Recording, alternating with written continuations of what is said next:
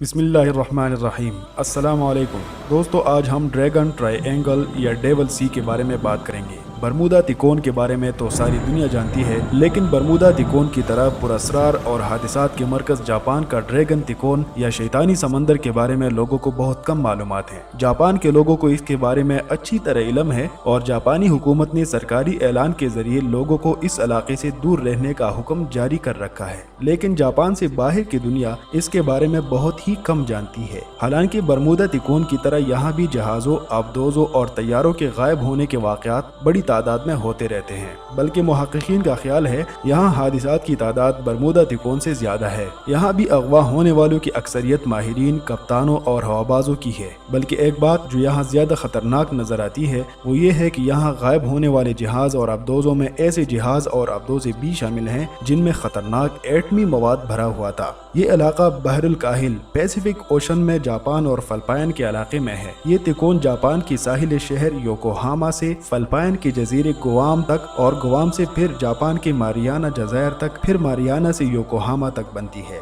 मारियामा जज़ायर पर दूसरी जंग अज़ीम में अमेरिका ने कब्जा कर लिया था। इस समंदर को जापानी लोग मानावामी कहते हैं, जिसके माना शैतान का समंदर है। बरमूदा तिकोन और शैतानी समंदर पर तहकीक करने वालों में एक बड़ा मशहूर नाम चार्ल्स बल्टस का है। वो अपनी किताब द ड्रैगन ट्रायंगल में लिखते हैं, 1952 था 1954 तक जापान ने अपने 5 बड़े फौजी जहाज इस इलाके में खोए हैं। अफराद की तादाद 700 से ऊपर है। इस मुहिम्मा का राज जानने के लिए जापानी हुकूमत ने एक जहाज पर 100 से ज्यादा साइंसदानों को सवार किया, लेकिन शैतानी समंदर का मुहिम्मा हल करने वाले खुद ही इसका मुहिम्मा बन गए। इसके बाद जापान ने इस इलाके को खतरनाक करार दे दिया। दूसरी जंग अज़ीम के दौरान बहरी लड़ाई में जापान को अपने 5 तैयारा बरदार जहाज़ों से हाथ धोना पड़ा। इसके अलावा 340 तैयारे, 10 जंगी जहाज, 10 जंगी कश्तियाँ, 9 स्पीड बोट और 400 दीगर तैयारे भी इस इलाके में तबाह हो गए। जंग के दौरान इस नुकसान के बारे में आप कह सकते हैं कि ये सब इत्तेहादी दुश्मनों की जानिब से किया गया होगा, लेकिन उस बाहरी दस्ते के बारे में आप क्या कहेंगे जो इसी इलाके में बगैर किसी हादसे के गायब हो गया। हालांकि अभी तक वहाँ न तो अमरीकी और न ही बरतानवी जहाज पहुँचे थे।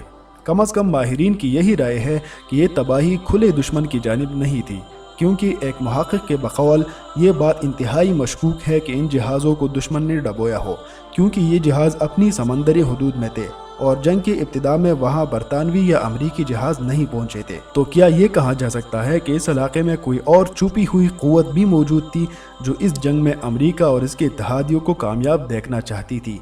बरमूदा तिकोन और शैतानी समंदर में इतनी ज़्यादा मुमासलत जानने के बाद क्या कोई ये मान सकता है कि ये महज इत्तेफाक है? नहीं, हरगिज़ नहीं। मशहूर मुहक्किक चार्ल्स बल्टस कहते हैं, बरमूदा और शैतानी समंदर में पुरअसरार तौर पर गायब हो जाना इत्तेफाकी नहीं हो सकता, जबकि दोनों इलाकों में बिल्कुल मुमासलत पाई जा रही है। जहाज़ों और तैयारों के गायब होने में दोनों जगह एक ही नज़रिया कारफरमा है, और वो नज़रिया ये है कि दज्जाली क़ुव्वतों के लिए रास्ता हमवार किया जा सके और न्यू वर्ल्ड ऑर्डर का क़याम मुमकिन बनाया जा सके।